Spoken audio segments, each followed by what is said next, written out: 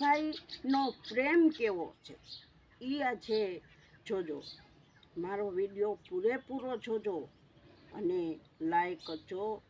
અને તમને ગમે તો મને આવડે નહીં, બાકી તમને ખબર જ છે હું બોલવાનું હોય.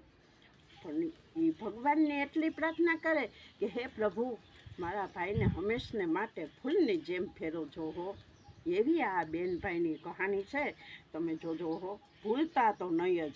મારા આ વિડીયો પૂરેપૂરો જોજો એટલે તમને ખબર પડે કે ભાઈ બહેનનો પ્રેમ કેવો નિહાળવા જેવો છે ને કેવો ઉતારવા જેવો છે. આ ઉતારવા જેવી જે વસ્તુ હોય ને એ તમે ઉતારજો જ. હવે આપણે મેન વાત ઉપર આવીએ બેનભાઈની કહાનીની. નાના નાના બેનભાઈ હોય છે. મા બાપ નાનેથી મરી જાય. 7 વર્ષની બેન હોય અને 5 જ વર્ષનો ભાઈ હોય. જોજો કેટલી ભગવાને એની ઉપર કરુણતા રાખી છે, કેટલી એનામાં વિવેકાઈ છે એ તમે જોજો. હવે બેનભાઈની વિવેકાઈ તમે જોજો.